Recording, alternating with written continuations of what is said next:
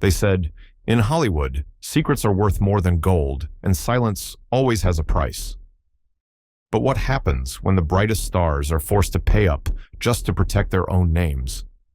Blackmail wasn't just a rumor in the Golden Age. It was a weapon used to destroy reputations, careers, and lives. Which legends caved under the weight of scandal, and who vanished so their darkest truths would never surface? Look closer. Some of old Hollywood's biggest performances happened off-screen, hidden in the shadows. Joan Crawford's casting couch, Blackmail. Before Joan Crawford became a symbol of studio-era glamour and icy perfection, her first years in Hollywood were defined by raw desperation and the kind of secrets that only surfaced decades later. In the early 1920s, before Metro-Goldwyn-Mayer made her a household name, a struggling Lucille Lesieur took any work she could find. That's when the rumors began, whispers that she'd starred in a low-budget adult film known in underground circles as the casting couch.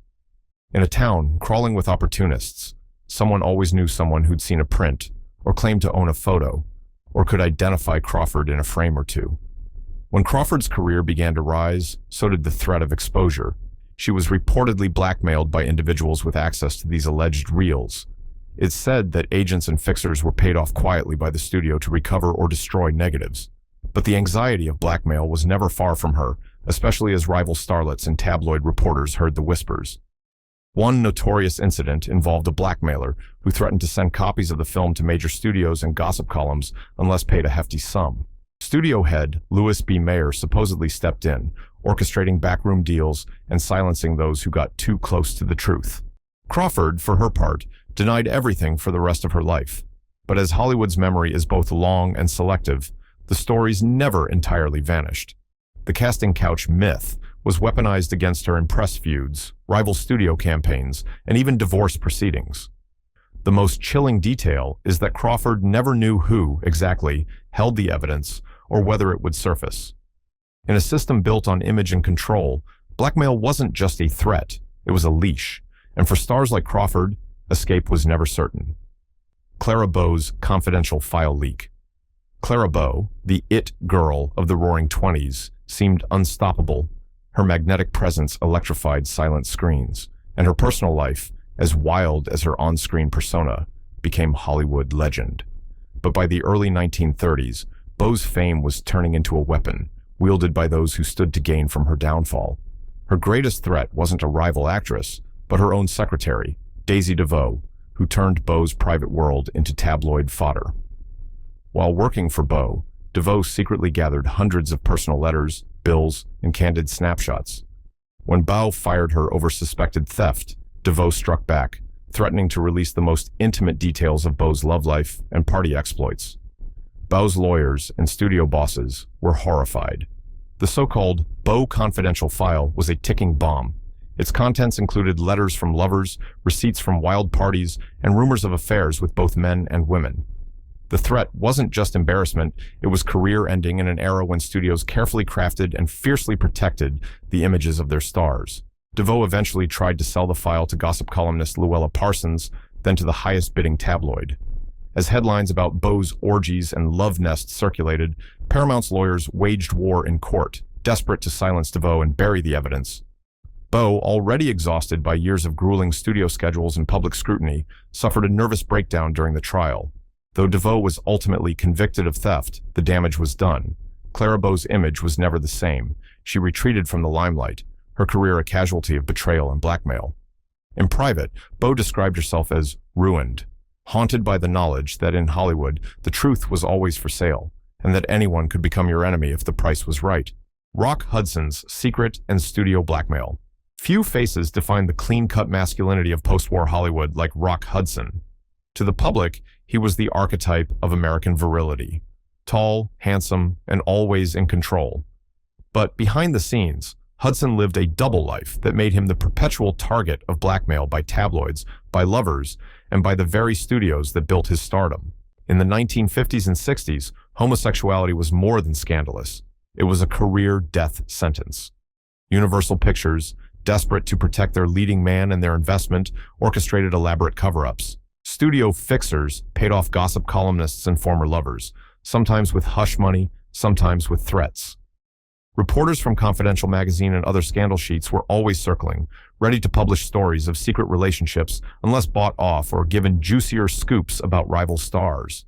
For years, Hudson's publicist and agent were in a constant state of panic, managing not just his career, but his every social interaction. Hudson's own fear of exposure led him into a lavender marriage with Phyllis Gates, an arrangement widely believed to have been orchestrated to keep the rumors at bay. Yet the blackmail attempts continued.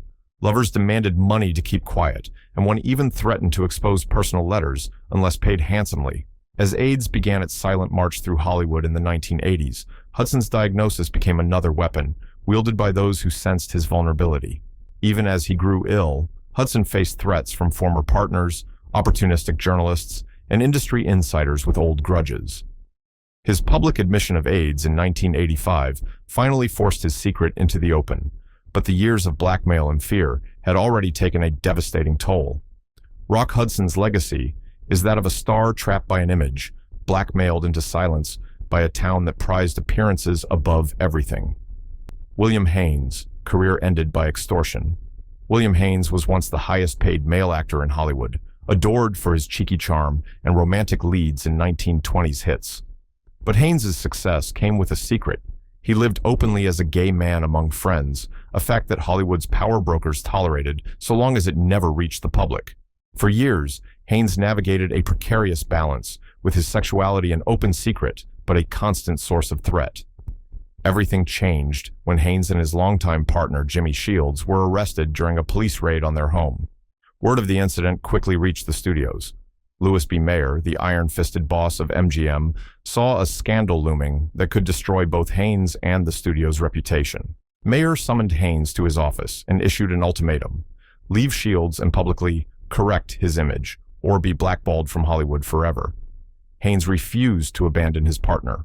In retaliation, Mayer cut off his contracts, and Haynes was dropped from every major studio. But the blackmail didn't end there. Former friends and industry insiders threatened to sell stories or leak details to the press, hoping for a quick payout in exchange for their silence. Haynes received anonymous letters demanding money, and some tabloids began running suggestive blind items, each designed to draw a line between his public image and private life. While Haynes's acting career was effectively destroyed, he didn't disappear. Instead, he reinvented himself as a top interior designer to the stars, never denying his relationship or apologizing for his choices. Still, the price of refusing to bow to blackmail was steep. William Haynes's story is a rare one. He chose love and authenticity over career and paid dearly for it, living in a Hollywood that punished honesty and rewarded silence. Errol Flynn and the statutory scandal. Errol Flynn's life was a rolling sea of adventure, excess, and scandal, but nothing threatened to sink his career quite like the accusations that landed him in court in 1942. The swashbuckling star, known for his roles as Robin Hood and Captain Blood, faced 2 counts of statutory rape from underage girls. Though he was ultimately acquitted, the aftermath was a feeding frenzy for blackmailers, hangers-on, and Hollywood opportunists. Flynn's legal team fought tooth and nail to keep additional damaging stories out of the press. Behind the scenes, Flynn's camp faced a steady stream of threats, people claiming to have letters, photographs, or testimonies that could destroy him. Some were former lovers, others were extortionists seeking cash in exchange for their silence. Studios hired private investigators to root out potential blackmailers and paid off key witnesses who threatened to go public with even more salacious accusations. Flynn himself lived in constant paranoia after the trial. He knew that one misstep, one scandalous letter or photograph, could be the end. Rumors circulated that rival studios tried to plant false evidence, or that rejected lovers were paid to come forward with wild claims. The actor's reputation as a womanizer was used against him, turning every affair into a potential weapon.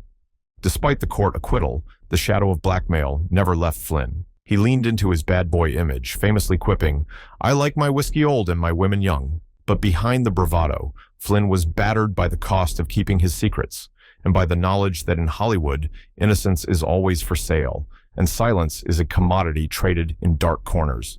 Jean Harlo's husband's death and the woman in the shadows.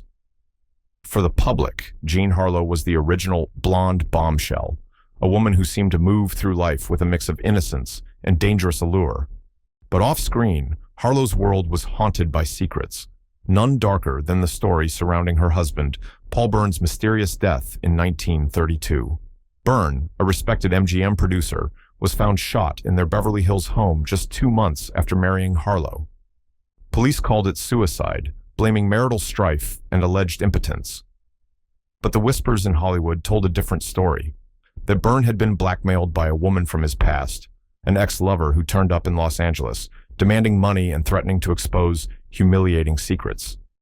Reports surfaced of a figure fleeing the scene that night. Eyewitnesses, including studio fixers, claimed a strange car sped away just after Byrne's death. The studio, desperate to protect Harlo and MGM's reputation, swung into action, suppressing police reports, intimidating witnesses, and buying the silence of those who knew too much. One rumor that persisted was that this woman, scorned and unstable, had a cache of love letters, photos, and personal effects linking her to Byrne, and had threatened both him and Harlo with exposure unless she was paid off. For Harlo, the tragedy wasn't just personal, it was professional. The possibility of a murder scandal, with her as a widow and possible suspect, could have ruined her career. She never spoke publicly about what happened, and the studio kept her working, shielding her from questions and media scrutiny. But the anxiety remained. Hollywood's gossip circles continued to buzz with speculation about blackmail and cover-ups. For Harlo, survival meant silence, and in old Hollywood, the truth was often buried along with the dead. Fatty Arbuckle's ruin, scandal, and extortion. Roscoe, Fatty Arbuckle, was one of the first true comedy superstars, a man whose slapstick genius made audiences roar in the silent era. But in 1921, his life and career shattered overnight when he was accused of the rape and manslaughter of actress Virginia Rapp. Arbuckle was ultimately acquitted after 3 trials, but the court of public opinion was never so kind. His name became synonymous with scandal, and the sharks began to circle. What is less remembered today is how blackmail and extortion fed on Arbuckle's misery. Sensationalist tabloids, spurned starlets, and Hollywood hangers-on saw opportunity in his desperation. Some threatened to leak fabricated confessions or plant fake evidence in return for cash. Others offered to keep silent about alleged parties, orgies, or supposed drunken confessions, always for a price. Gossip columnists like William Randolph Hearst's press empire fed the flames, sometimes using planted stories from paid sources who were themselves angling for a payout. The pressure was relentless. Arbuckle's legal bills skyrocketed as he paid off lawyers and friends who claimed they could make evidence disappear. He withdrew from public life, his career left in tatters, not just by public outrage, but by the mounting cost of staying quiet. In the aftermath, Arbuckle's story became a warning for every Hollywood star. No matter how rich or powerful, anyone could become prey to blackmailers once scandal attached itself to their name. Arbuckle died just as he was staging a comeback, but his story remains the textbook case of how blackmail can finish what a courtroom cannot. Ingrid Bergman's letters. To the world, Ingrid Bergman was luminous purity, the European star whose performances in Casablanca and Notorious captured Hollywood's ideal of untouchable beauty. Off-screen, however, Bergman's love life became a weapon for those seeking power and profit. Her passionate affair with Italian director Roberto Rossellini in the late 1940s created a firestorm. She became pregnant while still married to another man, and their love letters, some steamy, some simply affectionate, became objects of both affection and threat. Hollywood and the tabloid press responded with predictable outrage, but behind the headlines, a more sinister game was afoot. Certain studio insiders, as well as servants and go-betweens, got hold of personal correspondence and photos, threatening to sell them to the highest bidding scandal sheet unless they were paid off. The sums demanded ranged from a few $1,000s to nearly the price of a house, enough to keep anyone's secret safe in those days. Studios scrambled to protect their investment in Bergman. According to biographers, hush money was paid to retrieve or destroy letters and to silence those with first-hand knowledge of the affair. The campaign was not only about saving face, it was about protecting box office receipts and controlling the narrative. Bergman was forced to leave Hollywood for years, only returning after the worst had faded. The lesson stuck with her for life. Even as one of the most acclaimed actresses of her generation, she was vulnerable to blackmail. The cost wasn't only financial, but also emotional and professional. In classic Hollywood, sometimes the real drama wasn't on the screen. It was the quiet war waged behind closed doors, with secrets and silence as currency. Loretta Young's Secret Child with Clark Gable. Loretta Young, the queen of wholesome screen image, kept one of the most carefully guarded secrets in Golden Age Hollywood, a secret that left her vulnerable to blackmail for decades. During the filming of Call of the Wild in 1935, Young had an affair with her married co-star Clark Gable and became pregnant. For an unmarried Catholic actress, a child out of wedlock meant not just personal ruin, but career extinction. The studios stepped in with a convoluted cover-up. Young vanished for months, her pregnancy hidden. Later, she staged a fake adoption of her own biological daughter, Judy Lewis.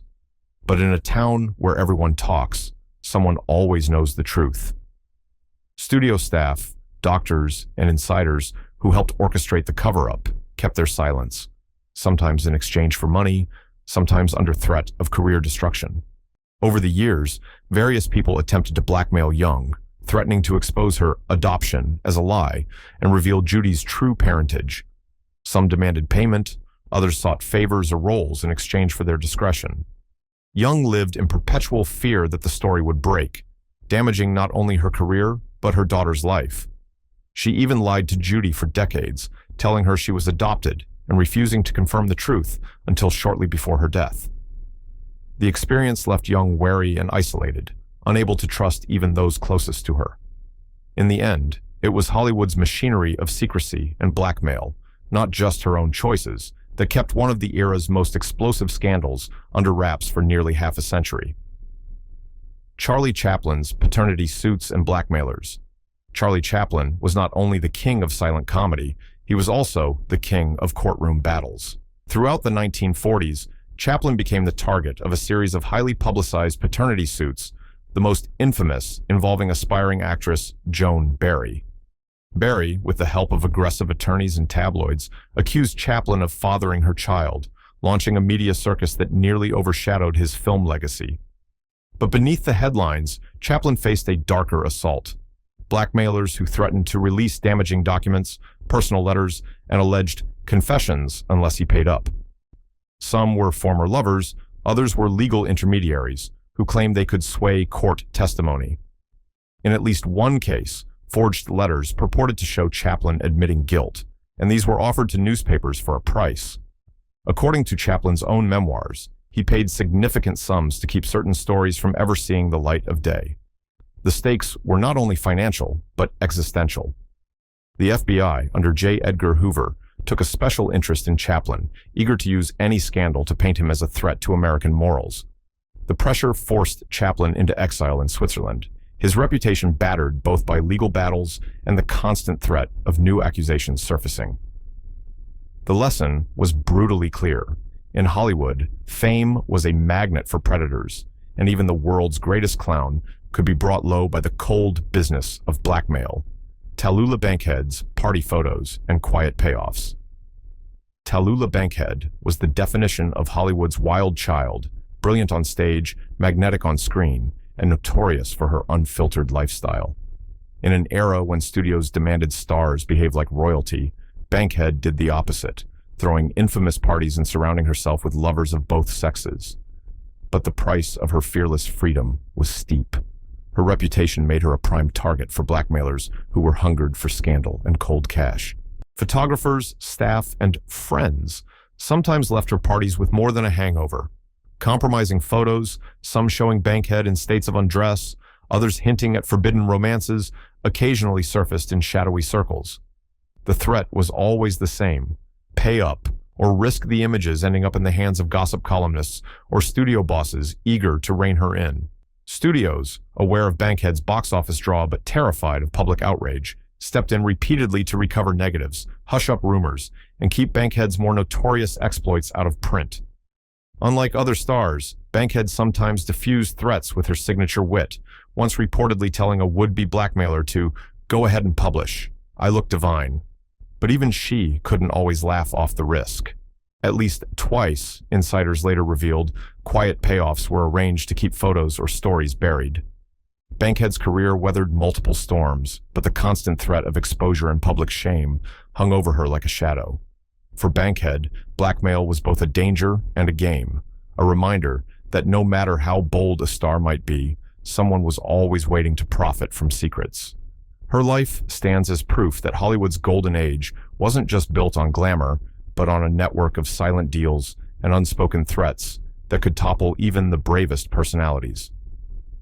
George Raft's mob connections and underworld threats. George Raft's on-screen persona as a tough guy wasn't just an act. His real-life connections to organized crime made him both respected and feared in classic Hollywood. But those same connections would haunt him throughout his career, making him a prime target for blackmail from both the criminal underworld and the Hollywood establishment.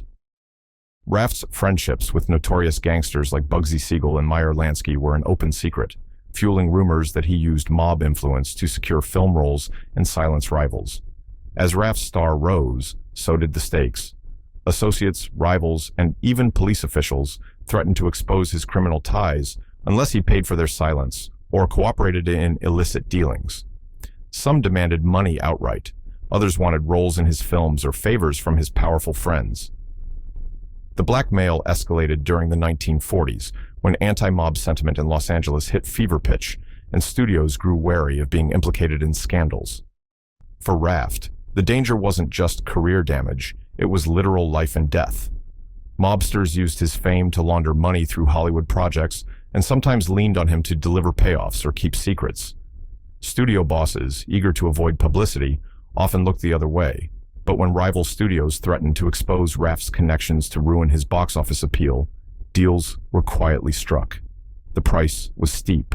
Raft lost roles, money, and friends, always looking over his shoulder for the next threat. Despite his cool demeanor, Raft's life became a study in paranoia. Blackmail was a constant undercurrent, shaping his choices and ultimately dimming his once bright career. His story is a stark reminder that in Hollywood, real-life danger sometimes lurked far closer than anything seen on screen, and that silence could be bought, but never for long. Ramon Novaro, Extortion and a Tragic End. Ramon Novaro, once MGM's highest-paid silent film heartthrob, spent his later years as a deeply private man, haunted by the ever-present threat of exposure. Openly gay only among trusted friends, Novaro lived in fear of blackmailers targeting him for money or silence. As his star faded, the risk only grew, with lovers and criminal opportunists regularly demanding payment to keep his sexuality out of the press. By the 1960s, Novaro's world had narrowed to a small circle, but even that offered little protection.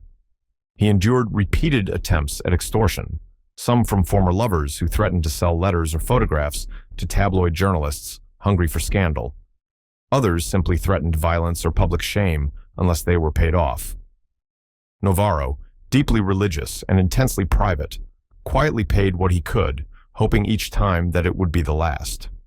Tragically, his worst fears were realized in 1968, when two brothers, having learned of Novaro's supposed wealth and hidden life, tortured and murdered him in a botched extortion attempt. The case made headlines not just for its brutality, but for the ugly underbelly it revealed, the ease with which the famous could be preyed upon, and how secrets could be weaponized in the most lethal ways. In the aftermath, Hollywood was forced to reckon with its own culture of silence and fear, a culture where blackmail was as much a part of the business as casting calls and contracts. Novaro's legacy, once golden, became a cautionary tale, a warning of what happened when privacy was a luxury few stars could afford. For all his fame, Novaro's final years were defined by the constant threat of blackmail, reminding the world that beneath the gloss of Hollywood, real lives could be destroyed by those eager for a quick payout. Judy Garland's stolen diary and years of threats. Judy Garland's voice defined a generation, but off stage, she lived in almost constant fear, haunted not just by addiction or the pressures of fame, but by a secret she could never fully control. During her tumultuous years at MGM, Garland kept a diary filled with candid thoughts about her co-stars, studio bosses, and her own struggles with mental health and self-doubt. The diary disappeared in the 1940s, and its theft became an open secret among studio insiders and hangers-on. For years, Garland received anonymous letters threatening to expose the contents of her stolen diary, some demanding cash, others simply reveling in the power to torment her. The risk was immense. The diary reportedly included unfiltered comments on some of Hollywood's most powerful figures and admissions that could have fueled tabloid scandals or ended her career at a time when image was everything. MGM's legendary fixer Eddie Mannix was allegedly dispatched more than once to negotiate with would-be blackmailers and retrieve damaging pages. The specter of exposure took a toll. Garland's personal relationships became fraught with suspicion. Anyone could be the source of the next threat. Even after her career resurgence with A Star Is Born, Garland struggled with the knowledge that a few pieces of paper could undo everything she had rebuilt. Friends noted that she became increasingly secretive, always fearing that one wrong move would bring her world crashing down. In the end, the diary was never published in full, but the damage was lasting. For Judy Garland, blackmail wasn't just about money or scandal. It was a constant reminder that in Hollywood, even your most private thoughts could become a weapon in someone else's hands. Peter Lorre's Nazi-era past and Hollywood Red Scare. Peter Lorre, best known for his haunting performances in M and the Maltese Falcon, escaped Nazi Germany and built a career in Hollywood as the ultimate outsider. But even as he found fame, Lorre was plagued by blackmail attempts related to his past. During the paranoia of the Hollywood Red Scare in the late 1940s and 50s, any suggestion of un-American activity was enough to end a career, or worse. Opportunists who knew fragments of Lorre's early life, including old acquaintances from Europe, threatened to expose him as a communist sympathizer or Nazi collaborator, depending on which lie suited their purposes. Some claimed to have letters linking him to anti-American groups. Others insisted he had been involved in underground political movements. The threats came in the form of letters, anonymous phone calls, and even in-person confrontations, each demanding money or favors to keep his name out of the headlines. Lorre, already anxious from his wartime experiences, was driven to desperation by the constant barrage. He spent lavishly on lawyers and fixers, and avoided certain public events for fear that accusations might be hurled in front of reporters. Studios, always wary of bad publicity, sometimes paid hush money themselves to keep Lorre's reputation intact. The era's hysteria made the risk of blackmail higher than ever. Careers were ruined overnight, and mere accusation was enough to end a livelihood. For Lorre, the price was more than financial. It was the cost of living in perpetual fear. His later years were marked by isolation and ill health, a tragic end for a man whose only real crime was surviving a world that seemed determined to destroy him. One secret, one threat, at a time. For every dazzling smile and perfect close-up, Hollywood's golden age hid a war of secrets behind closed doors. Blackmail didn't just silence careers, it changed destinies, rewriting the private lives of stars whose legends outlived their pain. The scandals that stayed hidden were no less real. They were simply more expensive, buried by fear and a stack of hush money.